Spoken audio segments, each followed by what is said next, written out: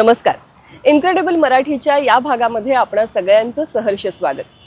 5 जून हा जागतिक पर्यावरण दिन. 5 जून 1972 रोजी United Nations conference on human environment ही परिषद स्टॉकहोम, स्वीडन येथे पार पडली. ही एक अतिशय महत्त्वाची घटना होती. जगातल्या 143 देशांनी एकत्र येऊन पर्यावरणाचं संवर्धन करण्याचा, मानव आणि निसर्ग यांचं नातं अधिक दृढ करण्याचा संकल्प केला. निसर्गाची जपणूक करणं हे आपलं कर्तव्य आहे. आपली वसुंधरा जशी आहे तशी जपणं आणि पुढच्या पिढ्यांचं या पृथ्वीवरचं राहणं सुखकारक होईल यासाठीचे प्रयत्न करणं ही आपली जबाबदारीच आहे. दरवर्षी याचसाठी पर्यावरण दिन साजरा केला जातो. यंदा प्लास्टिक प्रदूषणाविषयी जागरूकता निर्माण करणं हा विषय निवडण्यात आलाय. या विषयाचं गांभीर्य आपण लक्षात घ्यायलाच हवं. पण या निमित्ताने मला अलीकडे घडलेल्या आणखी एका महत्त्वाच्या घटनेकडे तुमचं लक्ष वेधून घ्यायचंय. यंदाच्या पद्मश्री पुरस्कारांमध्ये महाराष्ट्रातील अनेक दिग्गज मान्यवरांचा समावेश होता.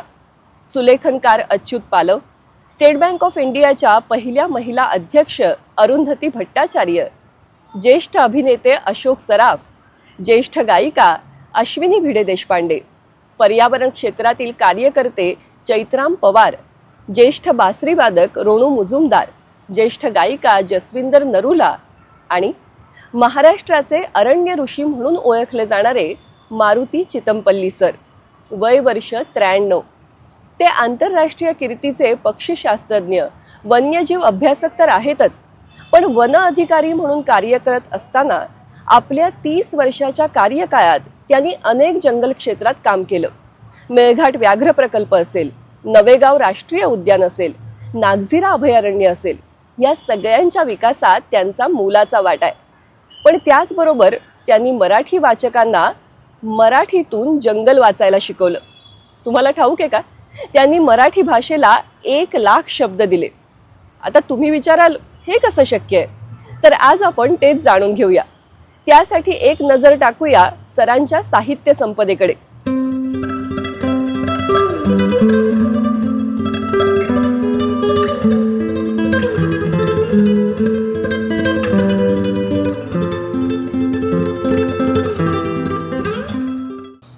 ही सगळीच पुस्तकं खास आहेत, पण त्यातही आज आपण वाचूया चकवा चांदण एक वनोपनिषद हे चितमपल्ली सरांचं आत्मकथन, त्यांच्या घडण्याचा प्रवास, वन अधिकारी म्हणून आणि साहित्यिक म्हणूनही.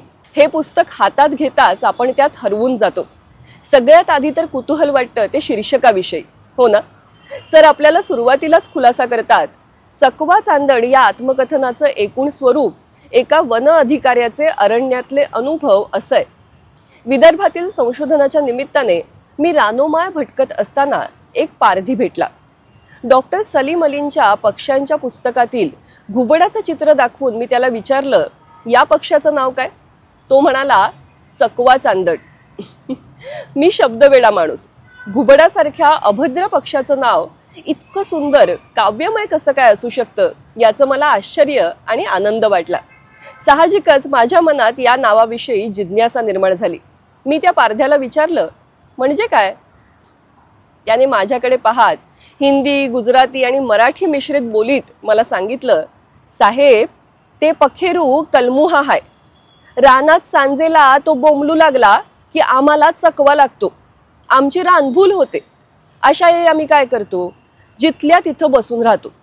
आभाळात शुक्राची चांदणी दिसू लागली की मग चकवा निघून जातो आणि आम्हाला वाट सापडते. मला वाटलं वन विभागातली माझी नोकरी ही मी काही स्वतःहून स्वीकारलेली नाही. चुकून आडवाटेच्या वनात आलो आणि चालता चालता मला आयुष्याची सुंदर वाट सापडली. अरण्याच्या आकाशात उगवलेल्या शुक्राच्या चांदणीचं सौंदर्य काही आगळं वेगळंच असतं आणि म्हणूनच माझ्या या आत्मकथनाचं नाव चकवा चांदण. खरंच सरांचा हा प्रवास भारावून टाकणार आहे. त्यातल्या काही गोष्टी तरी आज आपण समजून घेऊया. वन अधिकारी म्हणून जंगल पायाखाली घालताना त्यांच्या लक्षात आलं की इथले आदिवासी, इथली गावखेड्यातली साधी माणसं यांना कितीतरी गोष्टी ठाऊक आहेत.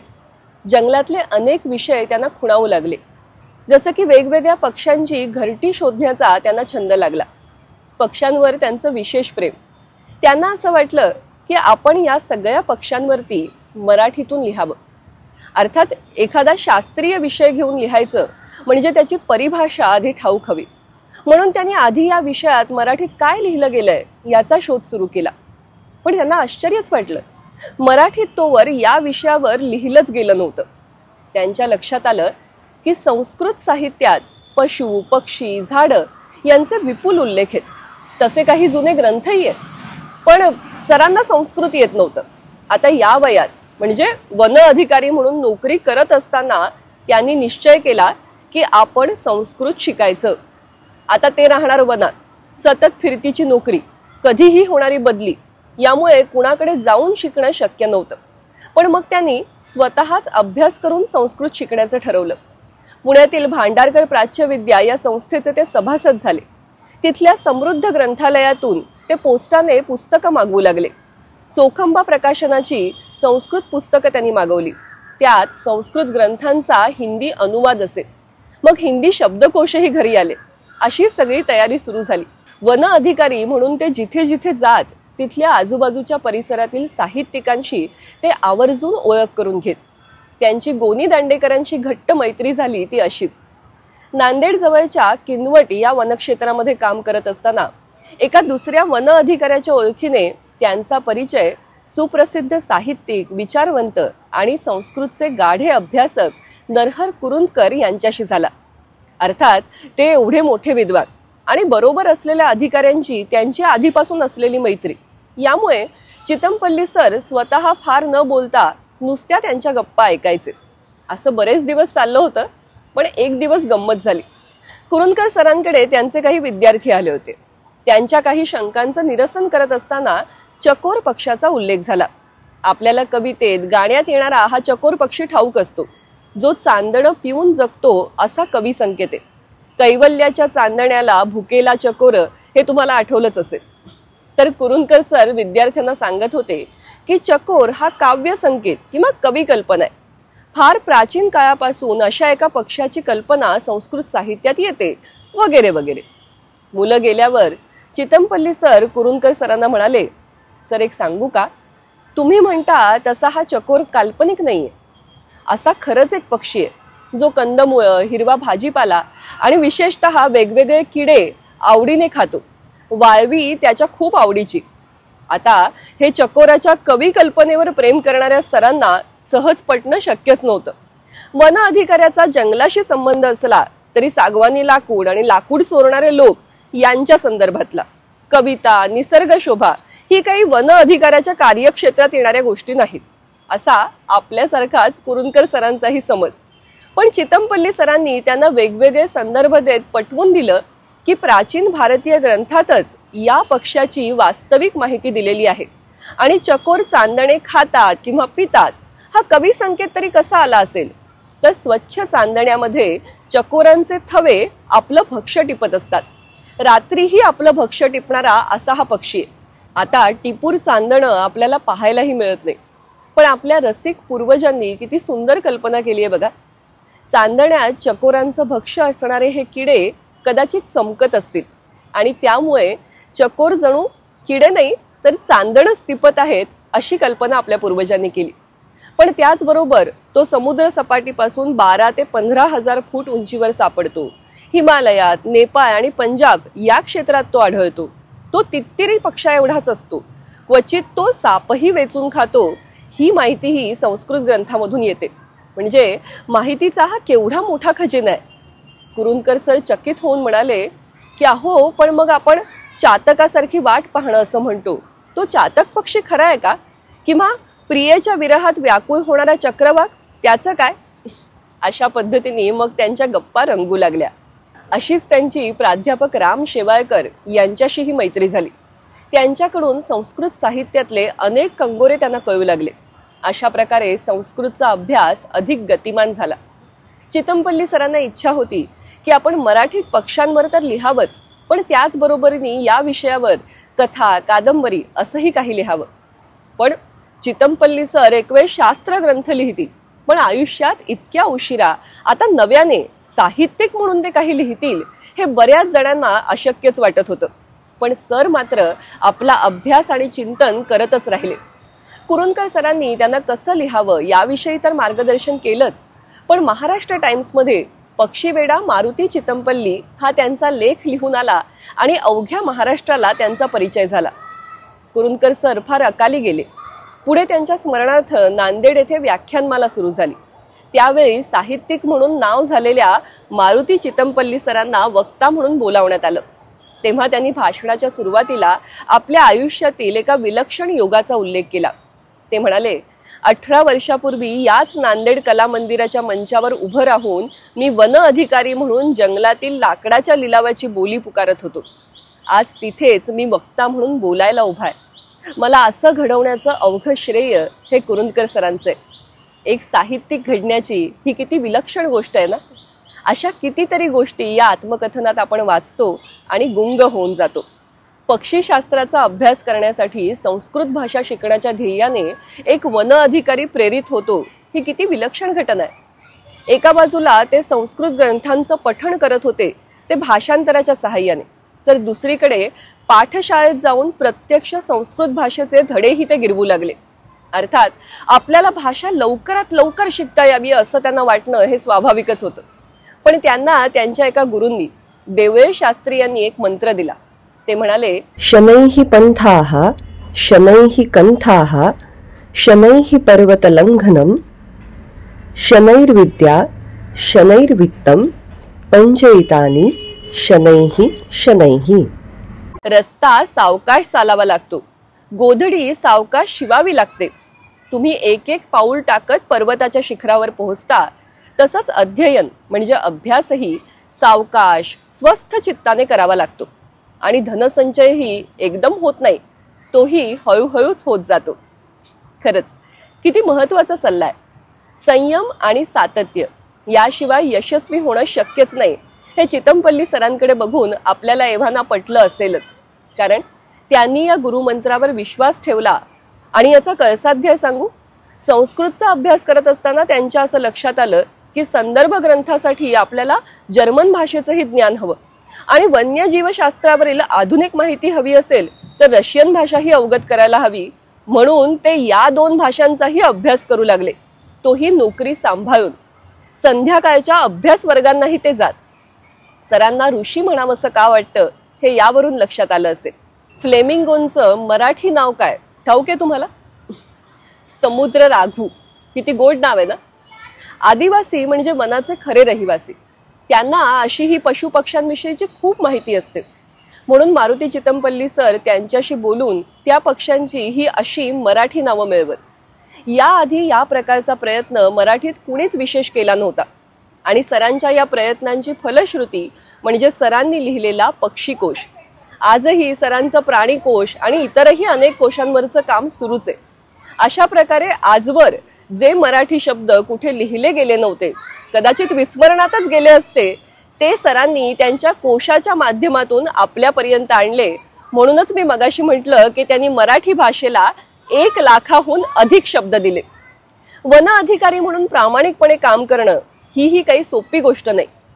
पूर्वी अरण्य म्हणजे ऋषीमुनींचं निवासस्थान होतं, ते आज लाकूड तस्करी करणाऱ्या चोरांचं निवासस्थान झालंय. पर्यायाने तिथे भ्रष्टाचार आलाच. अशा वेळी वरिष्ठ आणि कनिष्ठ या दोघांशीही जुळवून घेत चुकीच्या गोष्टींना आळा घालणं हे प्रामाणिक अधिकाऱ्यांसाठी मनस्तापाचं काम असतं. अशा अधिकाऱ्यांच्या मग सतत बदल्या होत राहतात, दबाव आणले जातात. या सगळ्यात मन स्थिर ठेवणं ही सुद्धा एक कसरतच आहे. मारुती चितमपल्ली सरांनी ही तारेवरची कसरत आयुष्यभर केली. त्यांना पक्षीशास्त्र आणि वन्यजीव व्यवस्थापनाचा अभ्यास करता यावा म्हणून कुरूंदकर सर आणि गोनी दांडेकरांनी त्यांना शिफारस पत्र दिली होती. या जोरावर सरते शेवटी त्यांची वनक्षेत्रपाल वन संशोधक म्हणून नेमणूक झाली आणि मग सरांना अधिक वेगाने काम करता आलं. सरांनी संपूर्ण संस्कृत साहित्याचा म्हणजे वेद उपनिषदांपासून रामायण, महाभारत, 18 पुराण, चरक सुश्रुत संहिता, कौटिल्य या असंख्य ग्रंथांपर्यंत आणि संस्कृत महाकाव्यांचाही सखोल अभ्यास केला. आणि आणखीन सखोल अभ्यास करण्यासाठी त्यांनी भारतीय भाषांचा अभ्यास सुरू केला. बंगाली, गुजराती या भाषांबरोबर पाली, अर्धमागधी, प्राकृत यांचाही अभ्यास त्यांनी केला. त्यांच्या लक्षात आलं की संस्कृत भाषेत पक्षी या अर्थाचे 27 पर्याय आहेत. जगातल्या इतर कुठल्याही भाषेत पाखरासाठी इतके आशयघन आणि समानार्थी शब्द नसतील असं सरांचं म्हणणं आहे. याच्या जोडीने त्यांनी वन्यजीवनाविषयी पाश्चात्य शास्त्रज्ञांनी लिहिलेले जे ग्रंथ आहेत त्याचाही वेध घेतला आणि प्राचीन भारतातील ग्रंथांमध्ये आलेली माहिती आणि आता आधुनिक शास्त्रीय ज्ञान जे आपल्याला उपलब्ध आहे ते या दोन्हीचाही तौलनिक अभ्यास केला. ते एकमेकांशी पडताळून पाहिलं. त्यांनी कोकणातल्या समुद्र किनाऱ्यालगतच्या पक्षी प्राणी सृष्टीचाही अभ्यास केला. एकदा कुणाला तरी परिचय करून देत असताना ओळख करून देणाऱ्या व्यक्तीने सांगितलं, हे मारुती चितमपल्ली सर कोकणातल्या पक्ष्यांचा अभ्यास करतायत. तर ऐकणाऱ्या व्यक्तीने बुचकळत पडून म्हटलं, कोकणात 2च पक्ष, काँग्रेस आणि जनता पक्ष, त्याचा काय अभ्यास करायचा? मग पक्ष्यांचा म्हणजे राजकीय पक्षांचा नाही, आकाशात उडणाऱ्या पक्ष्यांचा असा उलगडा करावा लागला.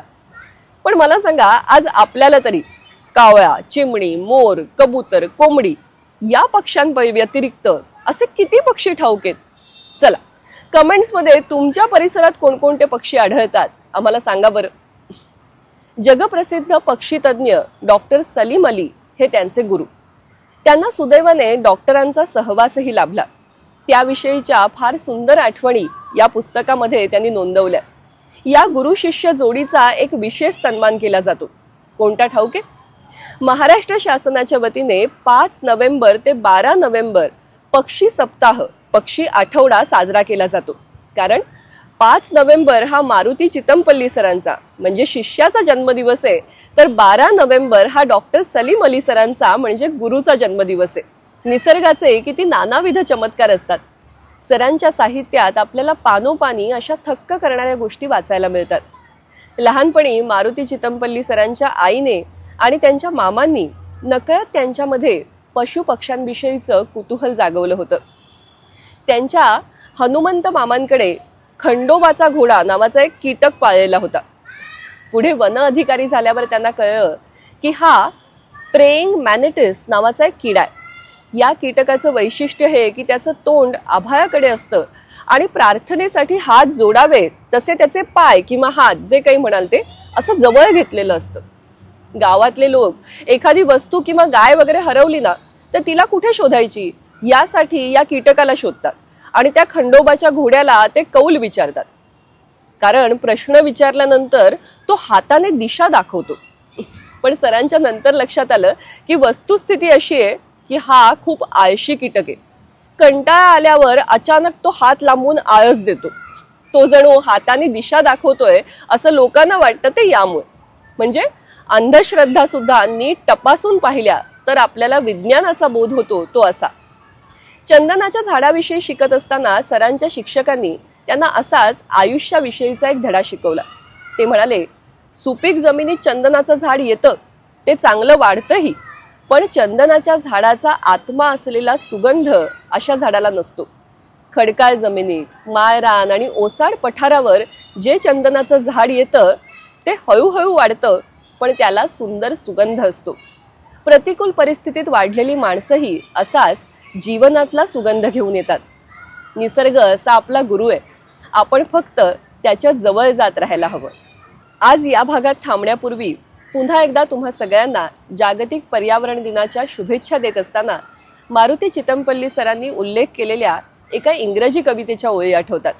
कवी आहेत जॉयस किल्मर. ते लिहितात, झाडासारखं दुसरं मूर्तिमंत काव्य मी पाहिलं नाही. कविता काय, माझ्यासारखी मूर्ख माणसंही जुळवतच असतात, पण पाना फुलांचं हे दिव्य काव्य प्रत्यक्ष परमेश्वरच करू जाणे.